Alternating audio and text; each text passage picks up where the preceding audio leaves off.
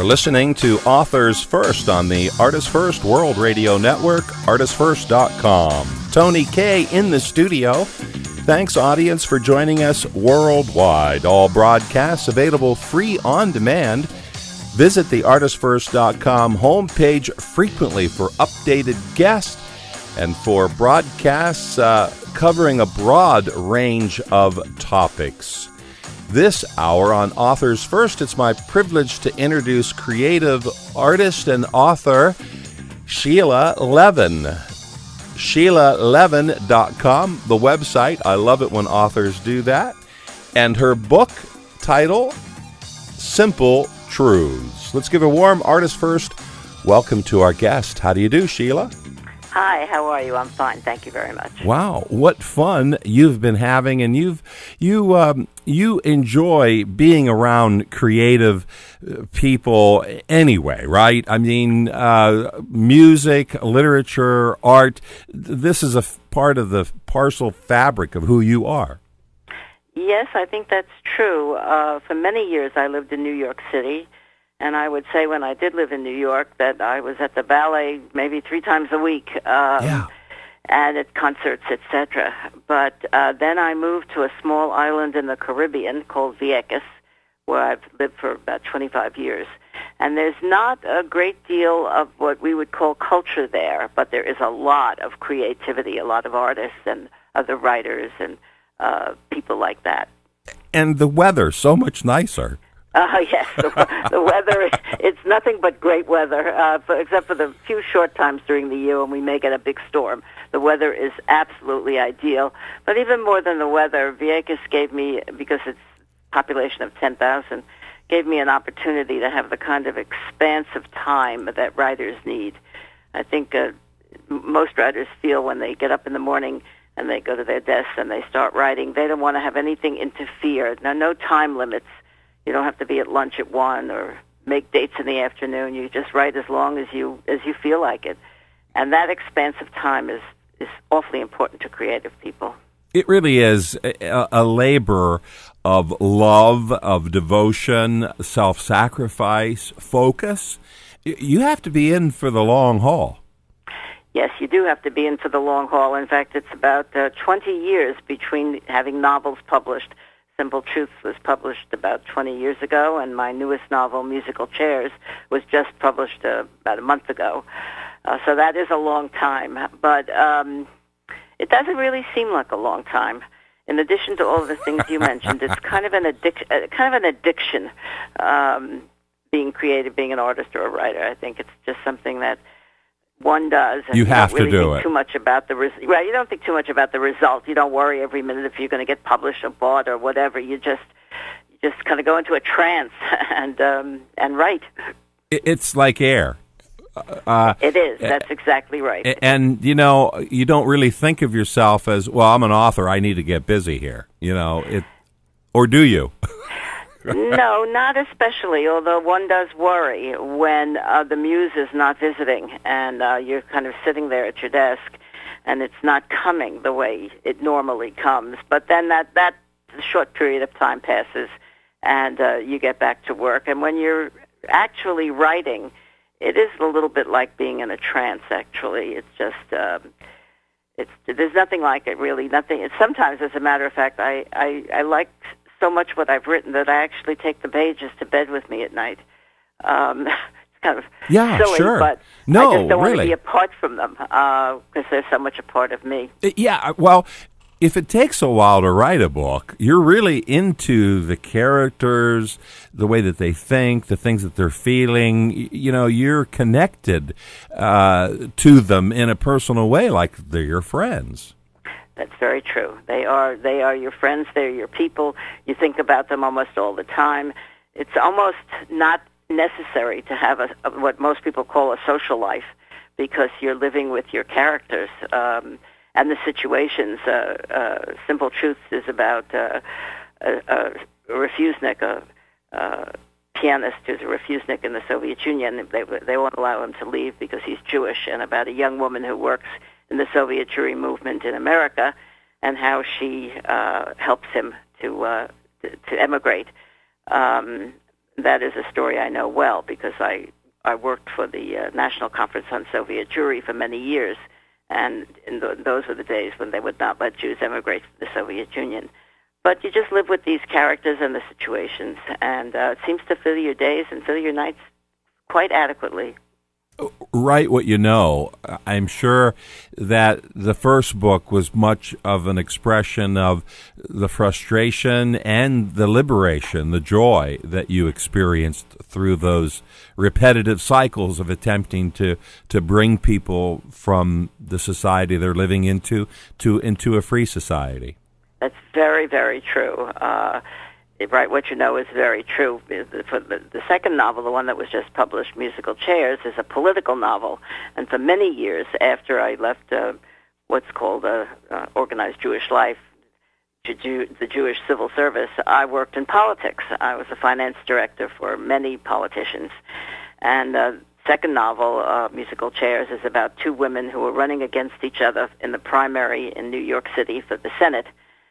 Each of the women has a secret, which, if known, would be a kind of deal breaker, perhaps even a career breaker. And the book is about how these two women, coming from very different parts of life, got to the place they are at, where they can run against each other for the Senate, and what happens when they find out each other's secrets. And which is of course what very, very vital today. If you just think about Hillary and this recent flap about her emails, a big secret, now it's exposed. How much damage is it going to do? Well, it's that kind of thing that I'm writing about, and I know it from the inside because I worked on many, many campaigns.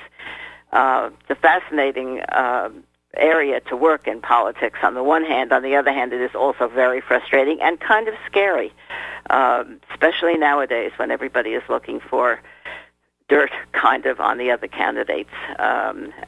So this novel, Musical Chairs, deals with the whole situation of politics, but especially about two women running against each other and the tensions that causes, because each of them wants to appeal to the woman's vote, and each of them wants to knock the other one out. So that, anyway, I think it's pretty entertaining myself. Well, the mantra used to be, it's the economy, stupid, right? But today, it seems like social interests have taken the forefront, such as homosexuality or scandals or feminism, Well, certainly scandals are always popular, that's for sure, without a doubt. And I've been with many candidates who have had many scandals of their own. Some of them have had maxi scandals of their own. And it's kind of heartbreaking because not all scandals tell the real truth about what happened. In many cases, the candidates actually behaved quite innocently and did not realize that it would be interpreted in a way that was detrimental to them. As to what's important at any given moment, and a lot of that is out of the control of any candidate. Always the economy is important. Foreign affairs are important, more important at some times than at other times. But scandal and fundamental personality traits, character traits, are increasingly important. I think we've become very aware that some of the people we have elected in the past did not have very sterling character traits. And I think people are looking more at character than they have in the past. But we'll see. We'll see what happens in this upcoming election for president. I'm not altogether convinced that the people who seem to be the most popular now are the ones who are actually going to end up running. I mean, who would have ever thought Obama would have... A nobody. Out of nowhere. Nobody, exactly. With no record. And yet he excited, a major part of the American hope population. And change. Hope and change. Hope and change. Hope and change. We wanted to fire them all. Is what we wanted.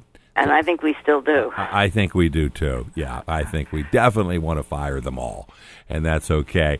But for political satire, for authors, this world of espionage, the underworld of government that the general public never sees, the scandal, the sex, the money laundering, the things that the payback, the payola, you're sort of bringing all of that together in your latest book, and you're receiving 5-star reviews. Congratulations on Thank you. on musical chairs. When did you get the idea for? I mean, I think in reference to politics, what a great title, with everyone jumping from Republican to Democrat and Democrat to Republican and so forth. Well, politics is a zero-sum game. Somebody wins, somebody loses. There's no second place. So, and I had worked for many years for Elizabeth Holtzman, who had been a congresswoman and was the comptroller of the city of New York. This book is not about her, as a matter of fact, not about her race at all. There's no resemblance to anything that she ever did. But I suppose working for a woman candidate, as I did for many years, she ran for the Senate and lost a couple of times, gave me the idea about two women running against each other and what that would be like, because it's hard enough when a man runs against a woman, but when two women are running, they're vying for the same portion of the electorate.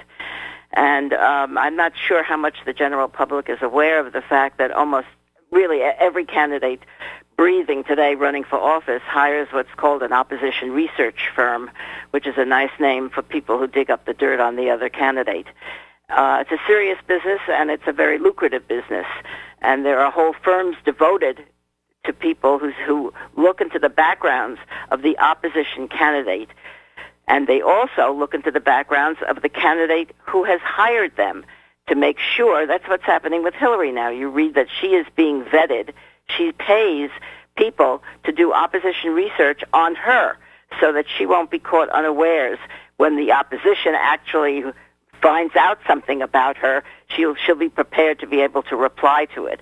But and there's quite a bit about opposition research in this book, because it's a kind of fascinating way to make a living, digging up dirt, as it were, on people running for office, some of whom may be perfectly fine people, but have perhaps made early mistakes when they were younger, or did something they shouldn't have but didn't realize it was wrong, etc. And that's basically what happens to my characters. They both have secrets which neither of them wants to have exposed. But in the end, these days, everything is exposed. And how you handle your opponent's what could be a career breaker secret is also a measure of one's own character. So it's an interesting world, politics, very interesting. It is, and yet you've made comparisons. You've brought together personalities that have a universal sense, and that regardless of who might be in power today, it all sort of will fit anyway. That's true. That's very true. I like that part of the book, that, regardless of where you might lean politically, it covers all of the bases. Very true. It's a tough business. I mean, if one were going to advise young people to go into politics, they better have a strong stomach and a thick hide, because it's a nasty, tough business. And if you can come through with having your character intact and not having done too many terrible things, you can consider yourself lucky. Yeah, and if you have the right, it's one thing to be principled, but you have to have the right principles. You have to have the right principles, and you have to have the savvy to know how to. Nobody gets elected today, and I mean nobody, without cutting some deals somewhere. Oh, yeah. With a union, with police, with all kinds of special interest groups. There is no one who gets elected who hasn't had conversations with a wide variety of groups that are special interest groups. Now, it just depends on which special interest group you lean towards, and whether or not you can avoid making promises that A, you may not be able to keep, and B, may not be in the best interest of the public. It's a trickier business than it ever was before. It's too bad that people can't just get on television, debate one another, and have it done that way. But that isn't the way it happens in America these days. Audience, if you followed my advice earlier, you're already at SheilaLevine.com to learn more about our guest. And musical chairs, politics, sex, scandal, secrets, money, New York. I guess New York. Simple Truths, Holocaust, suicide, Jewish, Soviet, divorce, survivors, and may I add New York, or no? Yeah, sure. And so this is the area that you enjoy, creating the suspense, the thrill, the drama, the personalities, the characters in the book Musical Chairs. That's a lot to get into, right? I mean, that's the politics, sex, scandal, secrets, money in New York. It is. It's a lot to get into, and I really don't think anybody who had not worked in politics for some length of time could do this. Do it, right? I mean, you just have to be aware of certain things like opposition research and the effect it has, and how staff of people who are running for office talk to each other, and how they leak to the press and they try to make it appear that they haven't leaked to the press, but that the press has gotten the story from some other place. All of those things, some of them quite subtle. I think you have to have lived through it, or it'd be awfully difficult to write about it. You really wouldn't know about it, actually. Well, and if you know in your mind and you say, hey, it's the Big Apple, we're talking about New York here, then a supermodel who is widowed, who now is running with a congressman, makes sense. Right. Because they're clubbing it. They're going to the same venues. You're seeing NBA stars, movie stars, New York Times writers, other authors. It's just a melting pot of creative talent from lots of different perspectives, and you're able to glean on that and create musical chairs. Right. Yes. Thank you. Yes, I was, and it came quite naturally because I know the world of politics pretty well. I love the photograph on the cover, both covers, Musical Chairs and Simple Truths. Simple Truths. Truths. Got quite high marks, I must say. Yeah, they're both stunning and graphic in the sense they draw you into the book. You can't wait. You're like, oh man, this is the bomb. I hope so. That's the reaction that we've had. Congratulations! I'm very pleased. Yeah, congratulations on both.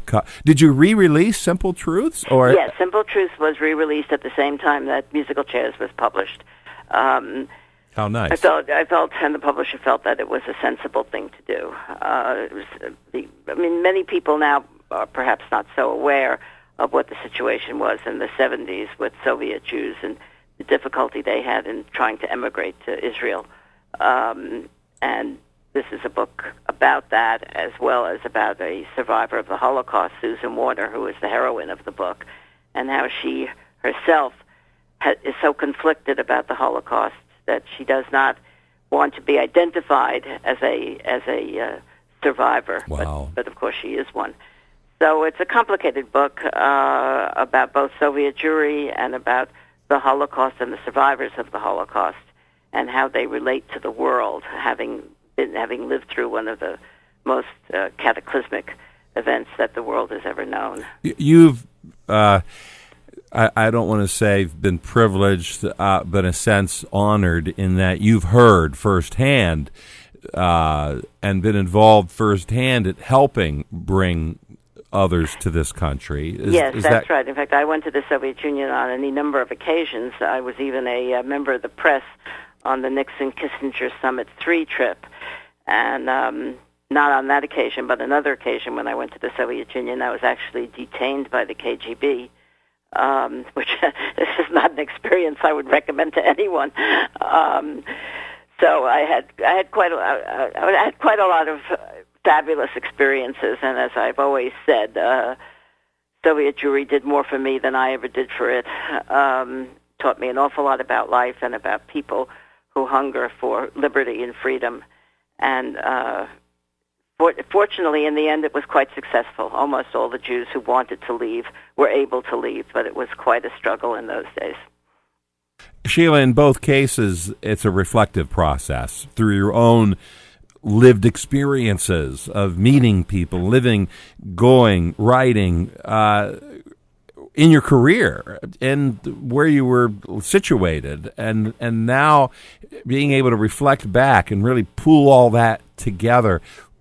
Are there similarities then, or was there enough distance between the two books? Or no, I think that, except for some universal truths about human beings, I don't think the books are similar at all. And as a matter of fact, I've just started a new book, which is about a man who's an embezzler, actually, and that is not going to be similar to either of these. Now, of course, as I said, human beings have certain fundamental characteristics, and I guess those come through in whatever one writes about. But each of these books, I mean, they're separate entities, which is, I guess, just how I happen to do it. Lots of people don't do that. They write books, with the same main characters, and and they use the same characters, time and time again. That's not how I view it. It's like I'm moving forward now. I'm going to write this new book about an embezzler and what effect that has on his friends and his loved ones, etc. Experience I actually personally lived through, and that will be quite different from either of these two. The tragedy. There's, you have love, passion, interest, desire for power, for acceptance. Egos are at play, and those who've risen to political power obviously have big egos. They absolutely do. Just as I said, you can't really get elected these days without cutting a few deals here and there, etc. There's no one that runs for office who gets elected who is not different from other people in that he or she has a phenomenally large ego. And politicians really do believe they know best. They're not kidding around about it. It may not be our best, but it is what they believe is best, and they believe it so strongly that they're going to bend everybody else to their will. It's interesting. People who go into politics are very interesting, and I've been very, very friendly with people who've constantly lost races. And to me, it's interesting because often they're the nicest people, but they lost precisely because they were the nicest people. Their opponents weren't so nice, and they won. And in some cases, their opponents even ended up in jail after they were elected. In one case I know of, he had actually committed crimes to get elected, and he actually went to jail. And his opponent, who's a really nice guy, couldn't get himself elected. And that's just the way it is in America today. Yeah. Do you discuss transparency in musical chairs? Sorry, I had to throw that in. Okay, that's all right. Transparency, I mean, come on. These are secret lives. Right. If politicians could keep everything secret that they wanted to keep secret and only tell the world what they wanted to tell the world, they would be really happy people. Yeah. But that, of course, doesn't happen because of these opposition research teams and because of the press is always nosing around. And all you need is one bad headline, even if it really has no meaning and you really didn't do anything wrong, One bad headline and your campaign can go into the tank, and you may never recover from it. It's a tricky business, very tricky. You have to have a strong stomach and a strong hide, as anybody can see who reads the newspapers today. Yeah, and the use of words, framing your conversation, creating the context that you want, the image that you want to project. Are you able to convey any of that sense in musical chairs? I hope so. We writers tend to call that texture. Yeah. And texture is very important. That was actually something I had to learn after I'd written the first book. I can't remember who it was, but some agent or editor had said to me, "You don't have enough texture." people can't visualize what room these people are standing in or what they do for work or whatever. So I never forgot that lesson, and I have tried to create a texture for all of my characters so that the reader gets to know them, not just as characters who speak and have dialogue, etc., but who they really are when they're home alone at night, and who they really are when, in their private moments, etc. So one hopes that one creates the appropriate texture so that readers can really relate to the characters. I'm a fan of Carl Reiner, Mel Brooks. Are you able to bring into the book that sense of comic relief? Or well, it's funny you should ask because, especially in Simple Truths, I thought I had a rather ironic way of putting some things, but I'm not so sure that my readers felt the same way. So I myself find myself laughing out loud sometimes when I'm writing. But I'll have to leave it to the readers to give me some feedback on whether or not I'm successful in some of the irony that I do try to bring into these books. Yeah, Billy Crystal, he's another one who... Oh, he's hilarious. I know. These are all hilarious people, and there's nothing I like better than laughing, although I am certainly not writing books that people can kind of laugh at. But I do have an ironic touch, at least I think so, and I think it makes its way into whatever it is I'm writing. Yeah, in other words, you're painting a portrait. You're saying, here's a situation, and there's drama there. Some of it is just flat-out stupidity and funny. Others are just, you want to cry. Oh, my, I can't believe it. It's true. And you're covering all the range of emotion in both books, and that's hard to do. I mean, but that carries you through the book to the very end. You can't wait. You have to keep turning the pages. And audience, as I've said many times, when you find a good book, buy 5, buy 10. Gift them. Your books, Sheila Levine, have a adult framework. I think 30, 40s and up certainly would grasp most of it. I think under 30, there aren't many that are politically excited. There are some. No, I think that's true. And let's put it this way: my 5 grandchildren are not allowed to read my books. Yeah, they're not ready. No, they're not ready. Exactly. So life has to happen a little bit for you to have the backdrop. I remember Watergate. Okay, Exactly. I remember voting, and I was there when Vietnam was going on, and I served in the United States Army during that era, and had the fortunate pleasure of being stationed in Augsburg, Germany, instead of Vietnam. So there are certain things in my life going back to the 70s that I would remember and that I could reflect on and say, hey, this makes sense to me. That's very true. And in addition to that, there are aspects in each of my novels, as there are in so many novels, of love and rejection and all of the human emotions that really just cut across any generational divide that for time immemorial people have been feeling. And it's that universality of and range of emotion that I think every writer strives for. There's no point in telling a story that doesn't have some universal meaning. Right. You're going to read Musical Chairs and say, oh, that's Chris Christie. Yeah, right. It's not, but that's exactly right. In fact, there's no question I've had any number of people whom I know say to me, I know that character was based on me, and the truth is I had never even given them a thought. People read into books what they want to read into books.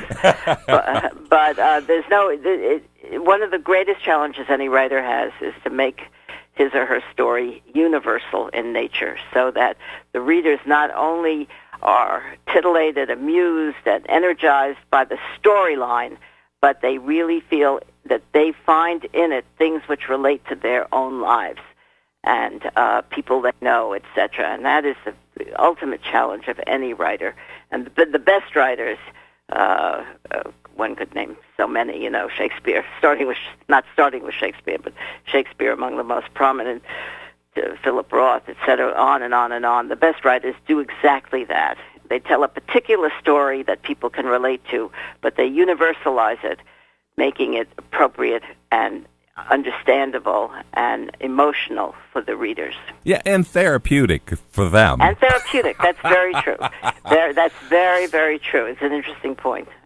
And for you to relive, think about, reflect back on, and now create novels that express perhaps some of the joy, excitement, enthusiasm of those moments that you experienced, as well as the tragedy and the disappointment and frailty of the human character. Frailty of the human character is very well put. That's certainly true. And, much of it is also, or a writer thinks much of it is made up, that doesn't really relate to anything that happened in particular in my life. But then at the end, when you think about it, you realize, as you started to say earlier in our conversation, writers must write about what they know about. It's not a question of choice. You say, whether it's good or bad, you can only write what you know about. It may take a different form than your own life, but the basic emotion is something that you've lived through and you know personally, or there's no way to write about it, which is why it's interesting to have lots of experiences. Interesting to be detained by the KGB. How would I know what that felt like unless it had actually happened to me? Yeah. So it's life is an endless wonder, thank goodness. And if you're a writer, then you want to communicate that. Politics, for the most part today in 2015, it is a career.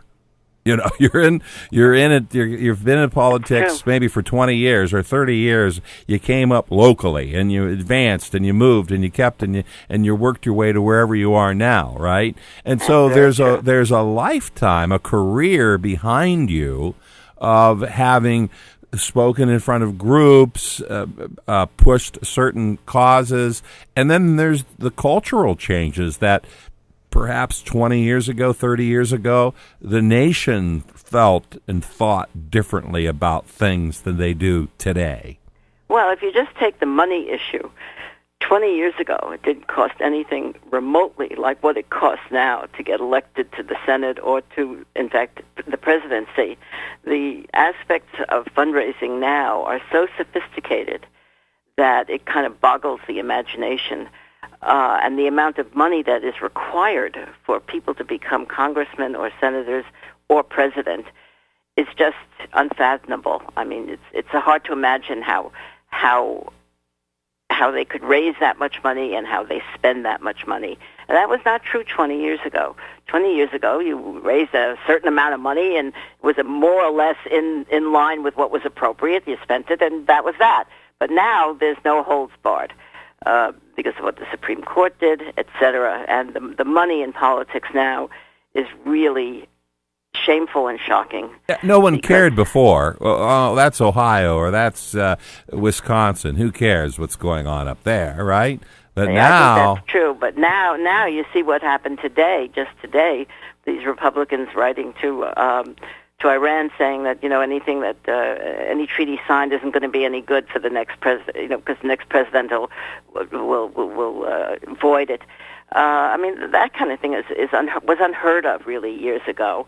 There seems to be also less respect in politics today. That is to say, one of the things that used to be a hallmark of politics years ago was a kind of courtliness from one politician to another. That's all gone. I mean, people are just savaged, really savage towards one another.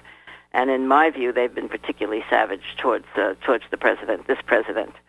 So, I know. They used to get out and stay out. Now they get out and become TV advisors and personalities. So that's true. And there's no question, they all get very high-paying job as lobbyists, even though they're not permitted to. They skirt around the law.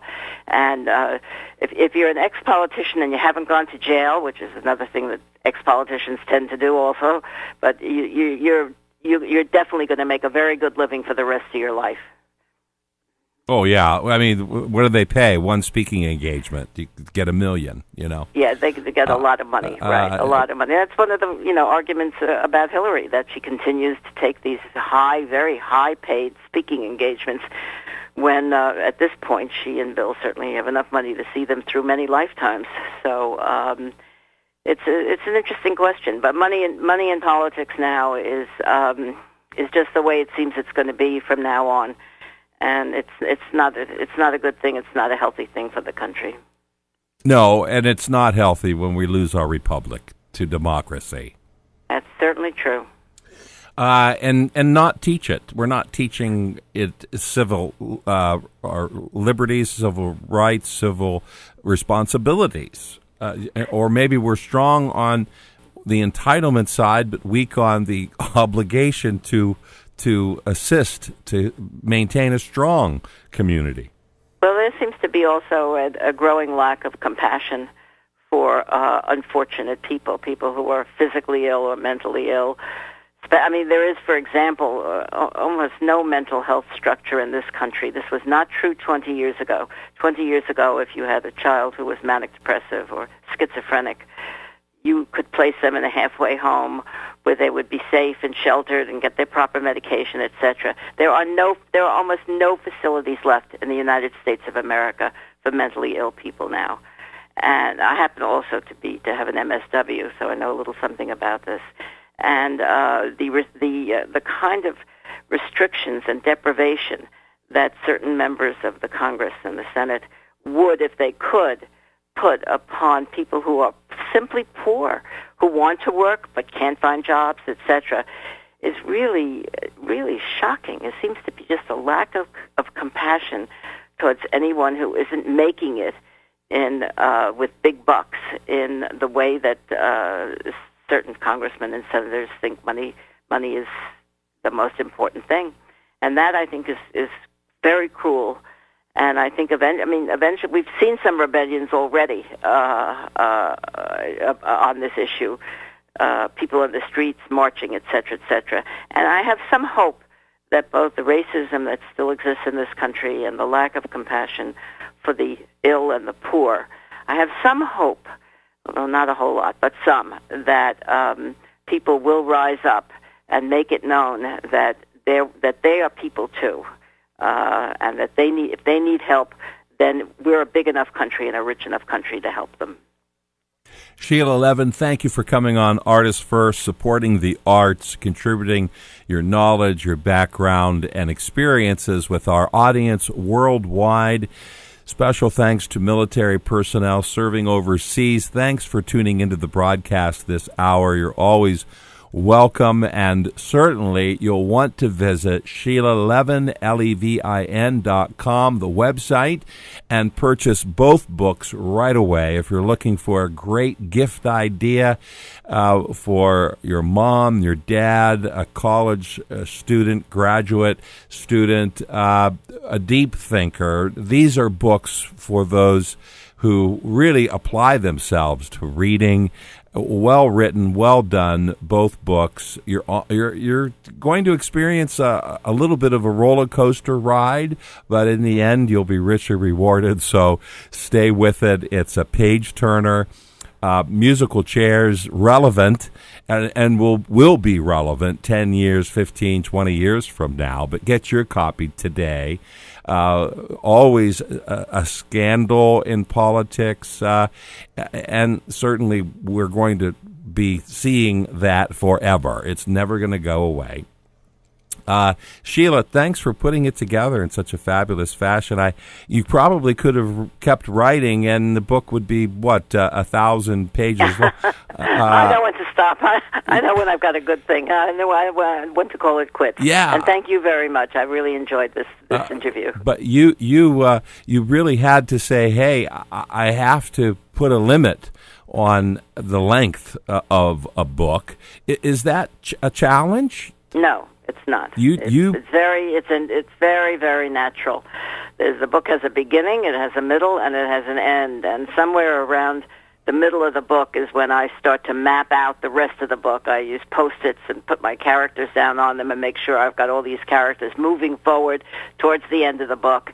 And by the time I'm in the middle of a book, I know what the end is going to be pretty much. And it's not at all hard to stop. In fact, it's a great pleasurable feeling to know you've completed it.